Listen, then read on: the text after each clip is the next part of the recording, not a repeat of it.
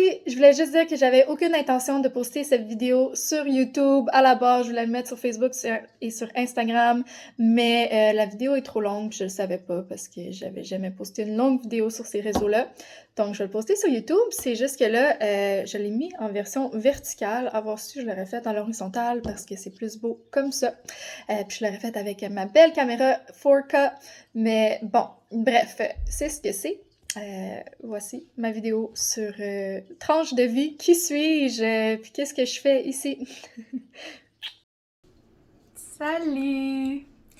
J'aimerais prendre un moment aujourd'hui pour parler de moi, parler de mon histoire, de qu'est-ce qui m'a mené à qui je suis aujourd'hui, puis aussi pourquoi que je crée du contenu, pourquoi que je travaille sur les projets sur lesquels que je travaille. Tu sais, à chaque fois avant de poster quelque chose, je me pose la question, est-ce que ça l'apporte ce que je veux que ça l'apporte? Est-ce que ça a réellement un bénéfice pour les gens qui entendent mon message? Allez, mon petit bébé. Je présente Missa, ma petite chatte à 3 pattes, qui m'apporte des belles énergies au quotidien. Je sais pas ce que je ferais sans elle. Fait que c'est ça. À chaque fois que je poste du contenu, je me demande est-ce que ça a vraiment quelque chose à apporter? Puis avant, ce matin, j'étais comme, ok, j'ai envie de faire une vidéo pour parler de moi, parler de mon histoire, parce que j'ai du monde qui me suivent, qui me connaissent pas nécessairement. Je suis aussi en train de travailler sur un projet, puis je comprends que, dans le fond, c'est un challenge que je vais faire à la fin du mois, un challenge de 7 jours, puis je comprends que les gens qui me connaissent pas, il faut qu'il y ait quand même un lien de confiance qui est établi. Il faut aussi qu'il y ait tu sais, la personne qui va suivre le challenge avec moi veut savoir avant, est-ce que je connecte avec cette personne-là? Est-ce que j'ai l'impression que cette personne-là peut m'apporter quelque chose dans mon propre cheminement à moi? Tu sais, on n'est pas fait pour tout le monde. Moi, j'ai l'impression que les gens qui sont guidés vers moi, c'est parce qu'ils ont un message à entendre de moi. Autant que moi, j'ai été guidée vers du monde qui m'ont vraiment aidé dans leur parcours. Puis la seule chose qu'ils ont faite, c'est partager leur propre histoire. Fait que la raison pourquoi je partage mon histoire aujourd'hui, c'est parce qu'à chaque fois que je crée du contenu, puis souvent, je vais créer du contenu au travers de mes stories. J'essaie de faire plus de publications, mais je préfère vraiment plus faire des stories. Puis à chaque fois, je parle avec le plus d'authenticité possible, avec le plus de transparence. Je parle de mes difficultés, de mes échecs, mais aussi de mes réussites, de ce que je traverse, puis comment je le traverse, puis qu'est-ce que j'essaye. Puis des outils, tu sais, je partage mon vécu. Puis c'est dans ces moments-là, c'est quand que je partage dans mes stories, c'est à ces moments-là que j'ai le plus de traction. C'est à ce moment-là que j'ai le plus de personnes qui viennent m'écrire puis qui me disent merci, j'avais besoin d'entendre ça, ou qui me disent ah, je vis quelque chose de similaire, fait que tu me donnes le courage de travailler là-dessus, ou même qui me viennent quelques semaines plus tard pour me dire hey, j'ai vécu telle situation puis ça m'a fait penser à ce que tu m'as dit il y a quelques semaines. Fait que c'est pour ça que je crée ce contenu. Puis aujourd'hui, j'ai senti l'appel de parler de moi. Puis je vais essayer d'être le plus concise possible parce que j'ai tendance à parler beaucoup. Il y a beaucoup à dire sur une personne, sur son histoire. Fait que je vais commencer à la base. Quand j'étais adolescente, j'étais une toute autre personne. Puis cette personne-là, quand j'étais adolescente, elle vit encore un peu en moi. Mais j'ai tellement libéré de couches et de couches que elle semble de plus en plus être une personne que j'ai été il y a fort longtemps. Fait que quand j'étais adolescente, la vie, elle était très noire pour moi. J'ai tout à été quelqu'un de très sensible, puis aujourd'hui, je vois ça comme un merveilleux cadeau. Je suis vraiment contente d'être comme ça, mais quand j'étais adolescente, je voyais juste le noir, puis je ressentais juste le noir, puis je voyais pas le beau côté de tout ça. En fait, j'avais pas encore réussi à travailler sur ce cadeau que la vie m'avait donné. Puis, fait que ça a été difficile. J'ai une tendance à vivre des dépressions ou à vivre beaucoup d'anxiété. Fait que quand j'étais adolescente, honnêtement, j'avais aucune estime de moi. Je me détestais, littéralement. Je me trouvais laide, je me trouvais dégueulasse. Quand je pensais à qui j'étais intérieurement, je trouvais que j'étais une belle personne, je trouvais que j'avais beaucoup à offrir, je trouvais que j'avais un bon cœur. Puis quand je me regardais physiquement, j'étais comme « wesh ». Puis tu sais, quand aujourd'hui je regarde ça, je suis comme « voyons donc, t'es donc bien belle, genre ». Mais je comprends qu'à ce moment-là, je me comparais beaucoup. Je trouvais ma valeur au travers de mon apparence physique, au travers de comment que les autres me percevaient, si j'étais populaire ou non. J'ai vécu un moment dans mon adolescence que j'ai changé d'école ou que j'étais pas aimée.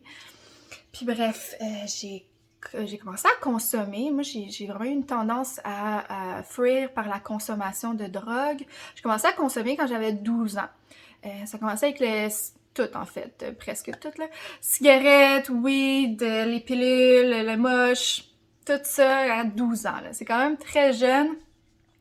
Puis, ouais, fait que je voyais pas la vie super positivement. Je souffrais beaucoup au quotidien. Je pensais à la mort. J'ai jamais fait de tentative, mais il y avait une grande partie de moi qui voulait juste pas être ici, qui voyait pas la fin, qui avait pas envie de vivre, en fait.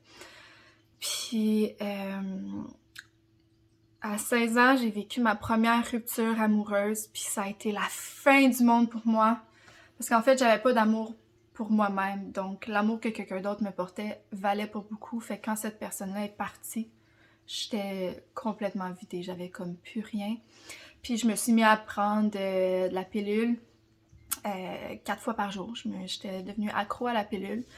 4 fois par jour, puis personne dans mon entourage le savait. Puis ça a duré plusieurs mois. Puis tu sais ce qui m'a sauvée? Ben, d'une part, je voyais ma mère souffrir beaucoup au travers de ma sœur, de ses actions. Puis je voulais pas lui faire souffrir plus que ça. Tu sais, ma mère était tout le temps vraiment importante pour moi. Puis je l'ai faite pour elle, oui. Mais c'est aussi parce que j'ai vu une petite lumière. Une petite lumière au travers de toute la noirceur. Il y avait une petite lumière au fond de moi. Une petite lueur, là, qui me disait « Il y a plus à ta vie. Il y a quelque chose que tu as à offrir. Il y a plus à ta vie. » Puis cette petite lumière-là, c'est ça qui m'a sauvée. Puis je le comprenais pas vraiment. J'ai juste suivi cette lumière-là. Puis aujourd'hui, je comprends c'est quoi.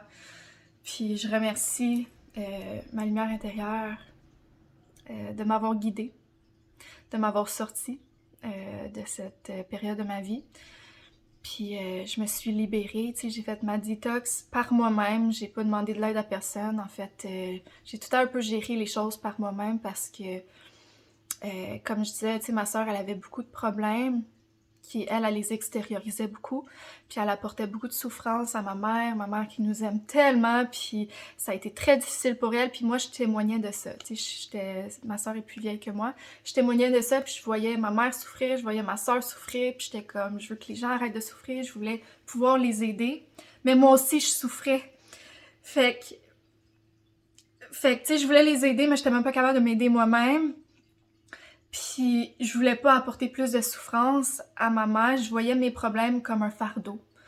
Fait que j'ai tout gardé en dedans. Les gens qui me connaissaient quand j'étais ado, tu sais, les adultes étaient comme « Ah, c'est une petite ange, Stacy, c'est une petite ange, tout va bien. » Tout le monde pensait que j'allais super bien, mais en fait, ça allait vraiment pas bien. Puis j'en parlais pas, tu sais, je gardais tout en dedans.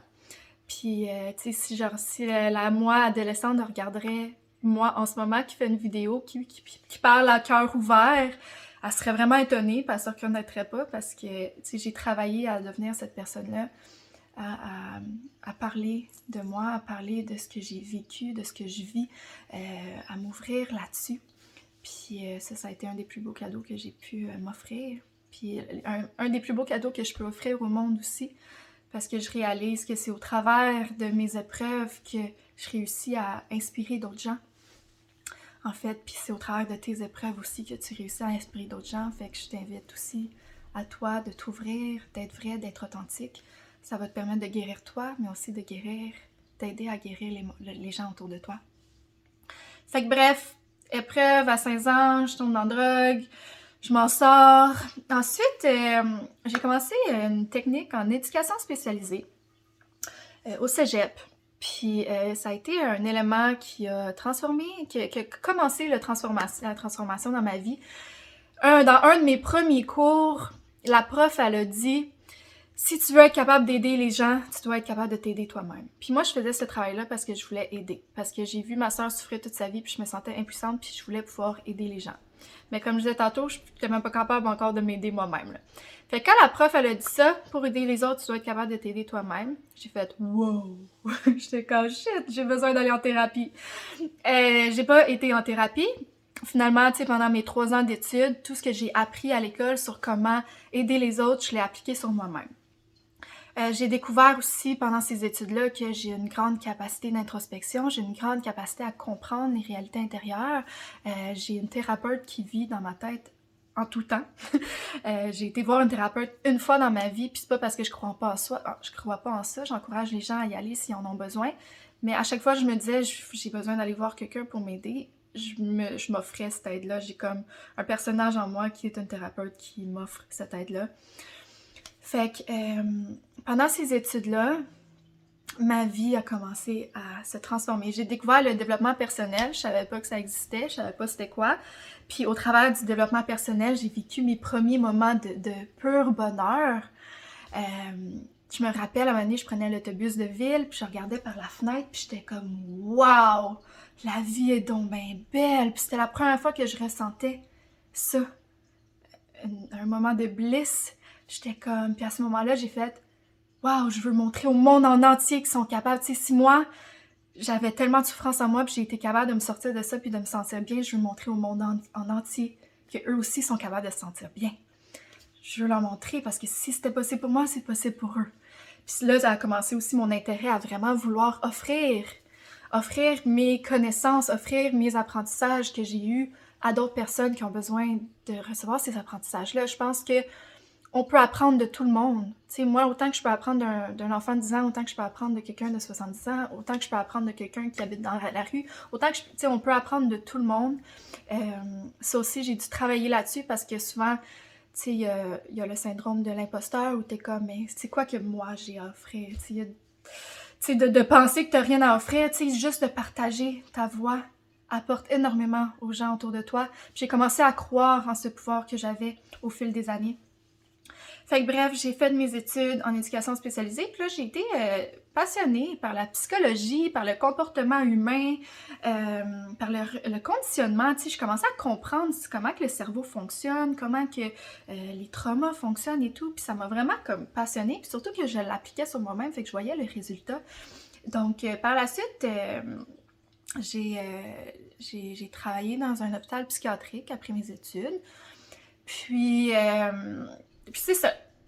J'ai continué mon développement personnel. J'offrais mes cadeaux au sein de mon travail à l'hôpital psychiatrique. Mais dès le départ, j'étais comme, c'est pas ça que je veux faire. Je me sentais limitée dans mon travail. Je sentais que j'avais quelque chose à apporter, puis je voulais l'apporter à ma façon et non avec des règles puis une structure qui n'était pas la mienne. Fait que bref, avance rapide. En 2017, où j'ai eu mon premier éveil spirituel, ça a été vraiment magique. Tu sais, des fois on parle de l'éveil spirituel, je vois des memes passer des fois sur les réseaux qui sont comme ce que ça a l'air d'être un éveil spirituel, puis c'est la personne qui vit tout bonnement heureux, puis ce que c'est réellement, puis c'est la personne qui est comme ça, puis qui se tourmente. Ben pour moi, je l'ai vraiment pas vécu comme ça. Pour moi, mon éveil spirituel a vraiment été doux, a vraiment été comme illuminant. Puis illuminant. Ça a pas été un gros choc parce que ça faisait déjà environ 6 ans que j'étais dans le développement personnel, que j'étais déjà dans un mouvement où que je brisais mes propres perceptions, j'étais dans tout le temps un constant changement. Donc, d'avoir une nouvelle information qui était rentrée, j'étais pas en résistance avec cette nouvelle information-là. Parce que c'est ça qui arrive des fois quand on apprend quelque chose de nouveau, notre cerveau rentre en mode résistance parce que c'est comme « Oh, ça c'est quelque chose d'inconnu, ça fait peur. » Le cerveau, l'ego, il a peur de briser son identité à qui il a été attaché toute sa vie avec cette nouvelle information-là. Fait que souvent, il va être en résistance puis il va le repousser. Mais moi, quand j'ai eu mon éveil spirituel, ça a rentré vraiment rapidement.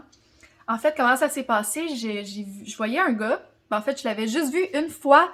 On avait eu une grosse connexion. On avait passé genre me souviens plus, peut-être un 24 heures, en tout cas, plusieurs jours ensemble, on avait eu une grosse connexion, puis tout, puis j'avais tendance beaucoup avant à m'attacher, tu sais, dans le côté affectif, dans les relations, à m'attacher, puis à vivre beaucoup d'anxiété dans les relations, tu sais. Du repoussement, puis de l'anxiété, pousse-tire, etc. Bref, c'est un détail. Puis là, après avoir passé ce beau moment magique avec cette personne-là, je travaillais de nuit à l'hôpital, puis là, j'étais allée travailler la nuit. Puis là, je pense que ça faisait peut-être 1 ou 2 jours que je l'avais pas vu. Puis je le trouvais comme distant dans les messages, je le trouvais bizarre, tu sais, puis j'étais comme « Ah, c'est quoi? » Tu sais, fait à place de ruminer, je me suis dit « Je vais lui demander, tu sais. » À place d'être comme, de me poser 1 million de questions, ben, j'ai dit c'est quoi ma place dans ta vie, tu sais, c'est quoi, comment qu'il voit ça, tu sais, est-ce qu'il cherchait une relation ou non, tout, je voulais avoir plus d'informations. Puis là, tu sais, ce gars-là, il est pas super bon pour s'exprimer, il écrit mal, c'est pas clair. Fait qu'il se met à m'écrire des affaires, tu sais, sur Messenger, il se met à m'écrire comme des petites phrases, là, back to back, comme ça. Puis sur le coup, là, j'ai eu de la misère à le prendre. Mais ce qu'il m'apportait comme information, c'était quelque chose d'assez spirituel. Mais il n'a pas été super bon pour s'exprimer, honnêtement. Mais, tu sais, ce qu'il me disait, c'est que t'es déjà à la place où tu dois être. Il y a pas... en tout cas, il parlait de ses affaires spirituelles, tu sais, dans le sens que où qu'on est en ce moment, c'est tout le temps exactement où qu'on a besoin d'être. On n'a pas besoin de savoir on est à quelle place, on est tout le temps à la place qu'on doit être. En tout cas, tout ce concept-là spirituel. Puis après ça, tu sais, il me disait qu'il voulait pas de relation, lui, qu'il voulait juste vivre, puis apprécier les moments quand il était avec quelqu'un sans qu'il y ait une attache, etc. Puis moi, sur le coup, j'ai pris ça comme un rejet. Je me suis mis à pleurer, j'ai vraiment comme mal vécu ça, puis je sentais que son message c'était une façon de fuir à la place de vraiment comme... Tu sais, j'avais pas compris son message. Puis après quelques jours, tu sais, j'étais chez nous, puis je pensais à ce qu'il avait dit, puis je suis comme, ah, il y a quelque chose là. Il y a quelque chose derrière ça. Puis, fait que là, j'ai retravaillé une nuit, puis j'étais comme, je vais relire ses messages. Puis là, à ce moment-là, j'étais pas dans ma crise émotionnelle, fait que j'étais plus capable d'être objective puis réceptive au message. Fait que j'ai relu ce qu'il m'a écrit, puis là, j'ai vu ça d'un tout autre œil. Je suis comme, oh shit! Puis là, j'étais comme, oh mon Dieu, ça fait donc bien du sens. Puis là, je me suis mis à faire des recherches. Puis là, j'ai commencé à comprendre, tu sais, je fais des recherches sur les niveaux de conscience, puis la pure conscience, etc. Là, je suis comme, wow, là, je commençais à imprimer des documents, puis j'étais comme, oh mon Dieu, ça fait donc bien du sens. Ça faisait tellement du sens, je suis comme, c'était ça la clé qui me manquait. Genre, j'étais comme... Fait que là, à ce moment-là, j'ai eu un autre processus, je suis rentrée dans un autre processus de développement personnel, j'ai commencé à comprendre l'ego, comprendre l'univers, comprendre notre relation avec l'univers, comprendre que tout est interconnecté. Fait que ça a été comme une première étape dans mon éveil spirituel. Puis par la suite, il est arrivé quelque chose dans ma vie qui a été très difficile, une relation toxique. Ma relation la plus toxique, je veux pas dire ma pire relation parce que j'ai énormément appris de cette relation-là. Ça a été genre un autre pilier dans ma vie, mais ça a duré 2 ans. En fait, ça a duré 2 ans et demi, mais après 6 mois, j'ai comme tombé en amour avec le gars, puis à partir de ce moment-là, ça a commencé à être vraiment de la merde, puis ça a duré 2 ans. Fait que j'ai été 2 ans dans ces émotions très difficiles, ce qui a fait que mon éveil spirituel, je l'ai un peu mis sur le côté. T'sais, c'était déjà là, c'était quand même là, ça vivait dans moi, mais j'y ai pas accordé du temps pour le développer plus qu'il faut. J'étais trop prise dans des crises émotionnelles vraiment intenses. Vu que je suis vraiment sensible, cette relation-là a été la plus difficile que j'ai traversée. Je suis souvent partie de la relation, mais je revenais tout le temps. Puis, tu sais, j'ai eu beaucoup de prise de conscience aussi pendant cette relation-là. Moi, je pensais que j'avais beaucoup d'amour de soi, tu sais, vu que ça faisait déjà 6 ans, mettons, que je faisais du développement personnel, puis j'avais beaucoup changé, tu sais, j'avais beaucoup plus d'estime de moi, je m'aimais beaucoup plus, j'avais beaucoup plus confiance en moi, mais clairement pas assez, parce que une personne qui s'aime réellement ne se laisserait pas être dans une relation toxique comme ça, genre. Fait que ça m'a fait réaliser que, oh shit, peut-être que tu t'aimes pas tant que ça, ou que t'as encore beaucoup de choses à régler là-dedans. J'ai découvert beaucoup au travers de cette relation-là. J'ai aussi découvert que je connaissais pas mes limites. Moi, j'ai passé toute ma vie à pas connaître mes limites parce que vu que vu que j'ai vu ma soeur souffrir et tout, j'ai mis de côté mes propres besoins pour épargner les autres, pour m'assurer que eux se soient confortables. Fait que j'ai jamais appris à connaître mes limites à moi. J'ai jamais appris à me choisir, moi. Euh, Puis cette relation-là me l'a mis en pleine face. J'ai tout le temps eu une tendance à aller vers les gens indisponibles émotionnellement, puis tout. Puis j'ai vécu des relations pas trop le fun, qui ont été très difficiles, mais celle-là, elle a tellement été lourde, puis elle m'a tellement fait mal que ça m'a pas donné le choix de vraiment affronter cette partie de moi. Fait que bref, ça a duré 2 ans. À la fin, les 6 derniers mois, j'étais devenue physiquement malade. J'étais une morte vivante. J'étais plus capable de manger. J'étais plus capable de travailler. J'avais perdu tellement de poids, j'avais plus d'énergie, j'étais vidée. Puis là, j'étais à ce moment-là, quand je suis tombée malade, j'ai fait genre... Puis, tu sais, j'allais voir le médecin, puis tout, le médecin comme, tout est beau. Je suis comme, mais non, clairement, tout est pas beau. Genre, mais mon système, il allait bien. Tout allait bien, mais il était complètement malade. Puis je suis comme, OK, ton corps te parle. C'est magique parce que toute ma vie, mon corps m'a parlé. Tu sais, les métaphysiques, là, la métaphysique, c'est à chaque fois que j'ai des douleurs, à chaque fois que j'ai des blessures physiques, il y a tout le temps une cause spirituelle, une cause émotionnelle. C'est ça les métaphysiques en fait. J'ai très rarement réglé un problème physique avec une solution physique.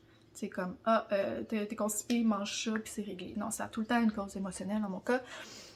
Fait que bref, j'ai été très malade, puis c'est là que j'ai fait, OK, ça suffit. Tu peux plus te faire ça. C'est là que j'ai commencé à mettre mon pied à terre. C'est là que j'ai commencé à vraiment comme changer.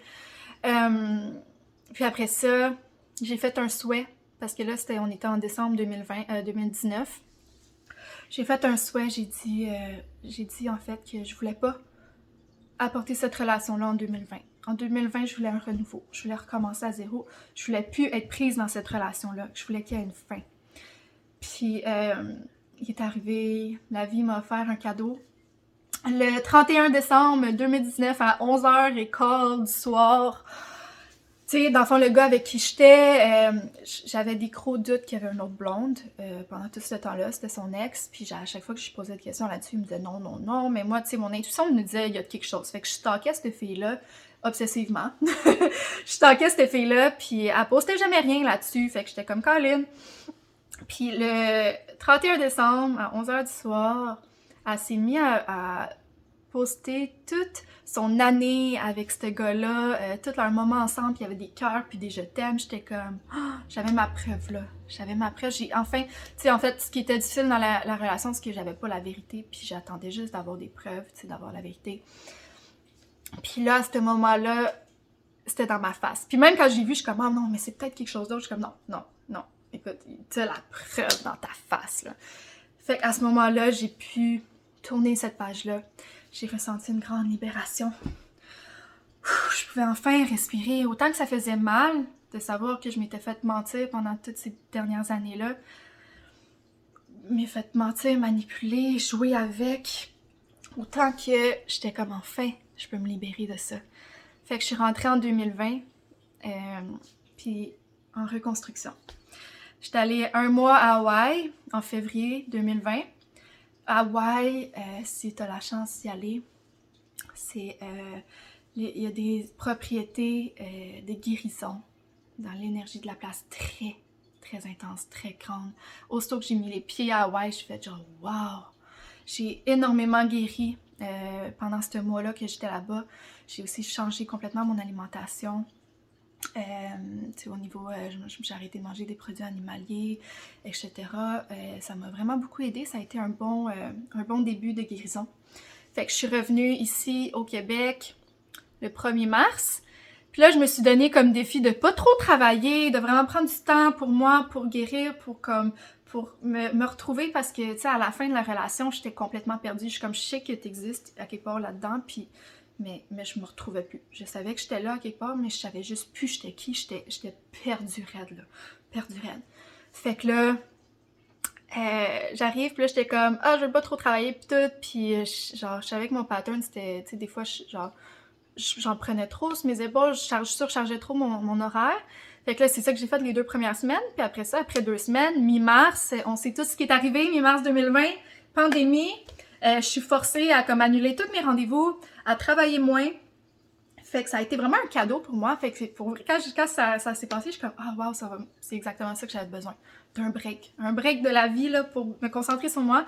Puis c'est sûr que j'avais beaucoup de trauma à libérer. J'avais beaucoup de choses qui pesaient lourd en dedans de moi vis-à-vis de la relation. Puis tout ce que j'ai appris puis que je voulais commencer à appliquer dans ma vie.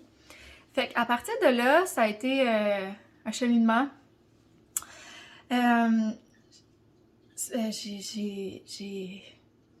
Je suis rentrée dans différentes phases. 2020, ça a été comme plus axé sur moi, me retrouver. Genre, tu sais, me retrouver, me rebâtir. Je partageais du contenu. Avant, je partageais du contenu en anglais. Je partageais du contenu et tout, mais tu sais, j'avais besoin vraiment du temps pour moi, retrouver des bonnes habitudes, etc. 2020, ça a été ça. Je sentais que 2021, ça allait être puissant, là. C'est tellement puissant. Je suis complètement transformée encore. Puis là, tu sais aussi, on est dans une période que l'énergie de la planète est très élevée. On est dans une période que 1 mois égale 1 an. Puis je suis pas mal sûre qu'en disant ça, tu relates à ce que je dis. Je suis pas mal sûre que tu vis ça toi aussi. Les choses avancent très rapidement. Puis fait que si tu travailles sur toi en ce moment, chaque travail que tu fais, fait que mettons le challenge à la fin du mois, 1 semaine, ça va équivaloir au moins 1 mois là. Au moins 1 mois de travail, tu sais, genre chaque mois, je regarde ma vie, je suis comme complètement différente que le mois d'avant. C'est incroyable. J'ai vécu depuis le mois d'avril, j'ai vécu situation après situation, révélation après révélation.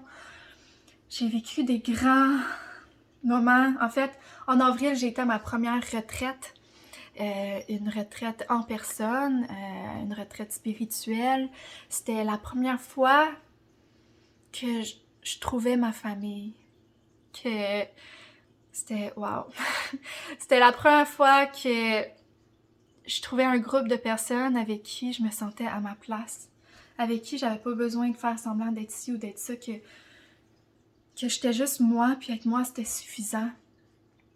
Ça s'explique même pas. Tu sais, je suis sortie de là, puis je faisais la route toute seule, c'était comme un 12 heures de route. Je pleurais. C'était des larmes de joie, d'amour inconditionnel. Toute cette fin de semaine-là, j'étais dans l'amour inconditionnel. Puis c'est aussi là que j'ai décidé de commencer à faire du contenu en français. J'étais déchirée entre les deux. Je suis comme, français, anglais. On dirait que je voulais le faire en français. Je voulais m'adresser au Québec. Je voulais m'adresser tu sais, à tout le monde qui parle en français, là. Ça peut être de France ou whatever. Mais je voulais particulièrement m'adresser aux gens du Québec. Mais j'avais des blocages par rapport à ça, puis cette fin de semaine-là m'a vraiment, comme j'ai reçu des réponses, parce que je me suis connectée à l'amour inconditionnel, à l'amour universel, je me suis connectée à mon intuition, je me suis ouverte à ça, puis j'ai reçu des réponses, j'ai reçu des guidances, j'ai reçu mon intuition, puis j'ai décidé de suivre ça. Puis aussi, tu sais, pendant ma relation toxique, tu sais, j'avais beaucoup de... Je recevais des guidances, mon intuition me disait « Hey, fais pas ça » ou « Hey, sors de cette relation-là »,« Hey, il y a une autre blonde », mais je l'écoutais pas. Puis après cette relation-là, j'ai réalisé que mon meilleur allié, ça allait être mon intuition, puis c'est ça que j'allais suivre, puis c'est ça qui allait me guider. Puis je te dirais qu'en 2021, c'est mon guide premier, là. Mon intuition, je laisse prendre les devants, puis ensuite, je prends les actions selon ce que mon intuition veut. Comme faire cette vidéo-là, c'était juste un hit intuitif que j'ai eu ce matin, que j'ai fait « Ok, je vais faire ça ». Personnellement, je voulais que ça soit moins long, je voulais que ça soit genre une dizaine de minutes, mais je parle beaucoup. J'espère que j'ai pas perdu ton attention. Fait que c'est ça. En avril, première retraite par la suite, par les mêmes personnes qui l'organisent, j'ai fait 3 de leurs retraites. Puis tout ça, ça a eu un chaîne. Ça a eu, tu sais, une chaîne, ça fait une chaîne, tu sais, une chose après l'autre, ça a enchaîné, tu sais, ça a vraiment commencé avec la retraite, puis après ça, ça a enchaîné plein de choses dans ma vie, ça m'a fait rencontrer plein de monde, après ça, j'ai commencé à aller à des festivals spirituels, j'ai aussi, j'ai fait une expérience de Bufo, j'en parlerai pas ici, parce que j'ai fait une vidéo YouTube là-dessus, c'est du venin de crapaud, du 5-MeO-DMT, qui est un psychédélique, une médecine très puissante, la plus puissante qui existe, qui qui m'a fait... Ça m'a ouvert les yeux sur une autre réalité qui vit déjà en moi. En fait, tout ce que j'ai compris dans mon éveil spirituel en 2017 sur tout ce qui est sur que tout est connecté, sur l'ego, sur le cœur, sur l'âme, tout ça, c'est comme si, en faisant cette médecine-là, je faisais pas juste le comprendre avec mon cerveau, je le comprenais avec chaque cellule de mon corps. Aussi, en avril, j'avais des blocages au niveau spirituel que je me laissais pas complètement aller là-dedans. Puis pendant cette fin de semaine-là, je m'avais donné comme intention de me laisser aller parce que c'était tout du monde qui en parlait ouvertement. Fait que je suis comme, laisse-toi aller, c'est le moment. Puis ça l'a enchaîné. Juste une ouverture. Une ouverture de mon corps, de mon cœur. Puis ça m'a permis de voir la vie vraiment différemment, de me présenter différemment dans cette vie. Puis de pas laisser ma programmation mentale choisir pour moi, de vraiment être guidée par quelque chose de plus grand. Puis, tu sais, je vis encore des peurs, je vis encore des difficultés, mais comment je les vis, c'est tellement différent, c'est tellement moins lourd. Il y a tellement une légèreté. Il y a tellement une confiance. Je me sens tellement bien, même quand ça va pas bien. Puis je vis des difficultés, puis oui, des fois, je suis comme, je suis tannée. Genre, tu sais, dernièrement, je sors, là, on est au début du mois de novembre. Puis dans les 3 dernières semaines, ça a vraiment été plus difficile dans ma vie. J'ai vécu beaucoup de triggers, beaucoup de traumas sont ressortis, mais tu sais, ça a toute une raison d'être. Puis je savais que le mois de novembre allait apporter beaucoup de magie, puis là, on est juste quoi? 2 novembre, on est le 2 novembre, puis déjà, je commence à me sentir revitalisée. Bref, c'est ça, en somme, mon histoire. Qu'est-ce qui m'a menée à qui je suis aujourd'hui? Vraiment, grosso modo, tu sais, j'explique ça en 30 minutes quand que je pourrais parler pendant des heures et des heures, mais je pense que j'ai dit l'essentiel. Puis prochainement, là c'est ça, ce projet-là sur lequel que je travaille en ce moment, de faire une genre de retraite virtuelle, ça fait 1 an que j'y pense. 1 an que je veux le faire, j'étais pas prête à le faire. J'ai dû travailler, j'ai dû aller creuser dans différents traumas, différentes croyances au niveau, tu sais, des croyances limitantes. Le syndrome de l'imposteur aussi, comme je parlais tantôt. Aussi de faire des vidéos, aussi j'étais pas à l'aise avant, puis maintenant je le suis. Au départ, je voulais le faire cet été, puis j'avais comme launché ça au mois de juillet. J'avais pas eu de traction. J'ai juste, comme j'en ai parlé une fois, j'ai pas eu de traction. Là, mes peurs ils ont embarqué, puis j'ai mis ça de côté. Là, ça continue à me rester en tête. J'étais comme... C'est quelque chose... Tu sais, ça reste... Je continue tout le temps à y penser parce que je sais, ça c'est mon intuition qui me dit, tu dois aller là. Tu dois aller là, peu importe que ça fonctionne pas. C'est parce que, genre, il y a quelque chose à découvrir dans tout ça. Par ce projet-là. Il me tient beaucoup à cœur. Moi, j'ai l'impression que ça va fonctionner à 1000%, là, genre, tu sais, j'ai hâte à ma première retraite, mais j'ai aussi hâte aux suivantes que je vais faire.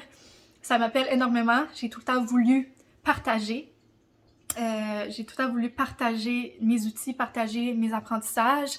Puis c'est au travers de ce projet-là que je vais pouvoir offrir de façon plus concrète. Parce que je fais beaucoup de stories, je crée du contenu et tout autour de ça, mais je veux vraiment quelque chose de plus concret avec du monde qui veulent, tu sais, tout le monde qui vont participer, c'est parce qu'ils sont appelés à le faire. C'est tout du monde qui veulent entendre ce que j'ai à offrir, puisque les invités spéciales qu'on aime ont à avoir à offrir. Mais de toute façon, je veux pas en parler en ce moment de ça parce que je vais faire un live sur Instagram, sûrement comme la semaine prochaine, probablement... Je pense pas cette semaine. Sûrement la semaine prochaine, je vais faire un live là-dessus, puis je vais vraiment plus parler du projet en tant que tel. Puis c'est sûr qu'il va y avoir une rediffusion, puis je vais le poster. Fait que si t'es pas là au live, c'est correct. Mais c'est ça. C'est ça. Fait qu'on arrive aujourd'hui au moment où que je suis enfin prête à créer un projet de toute cette expérience de les 10 dernières années, de les 28 dernières années en fait, depuis ma naissance, qui m'a menée à où que je suis aujourd'hui, puis à créer ce que je crée en ce moment. J'ai beaucoup de confiance pour le mois de novembre. Le défi que je suis en train de créer, pour offrir aux autres et va m'offrir également énormément à moi-même. Juste de le monter est un défi en soi. Ça sort de ma zone de confort vu que je ne l'ai jamais encore faite. Fait que ça va être le prochain mois est un défi pour moi. De créer le challenge est un défi. Puis je vais aussi faire le défi avec tout le monde qui participe parce que j'applique déjà au quotidien toutes les choses que je vais apprendre, mais de le faire plus structuré sur une forme d'une semaine, ça va m'apporter énormément, beaucoup à moi aussi. Fait que je vais aussi faire le défi, fait que c'est un double défi. Mais bref, là, je parle un peu, je passe d'un sujet à l'autre. Je vais m'arrêter ici. Merci de l'écoute. Si tu as des questions, s'il y a des choses sur lesquelles que tu veux approfondir, s'il y a des sujets sur lesquels que j'ai parlé qui t'a inspiré ou qui t'a fait penser à certaines choses par rapport à toi-même, tu peux commenter ou tu peux aussi m'écrire un message privé. Ma porte est tout le temps ouverte pour des discussions, pour t'écouter ou pour partager, pour échanger. Puis si tu veux aussi me parler un peu plus de toi dans les commentaires, ça me ferait plaisir de lire sur toi. Puis je remercie tout le monde qui m'a écouté aujourd'hui. Puis je vous aime. Bon début du mois de novembre. Pour vrai, beaucoup de puissance dans le prochain mois. Ouais, bonne journée!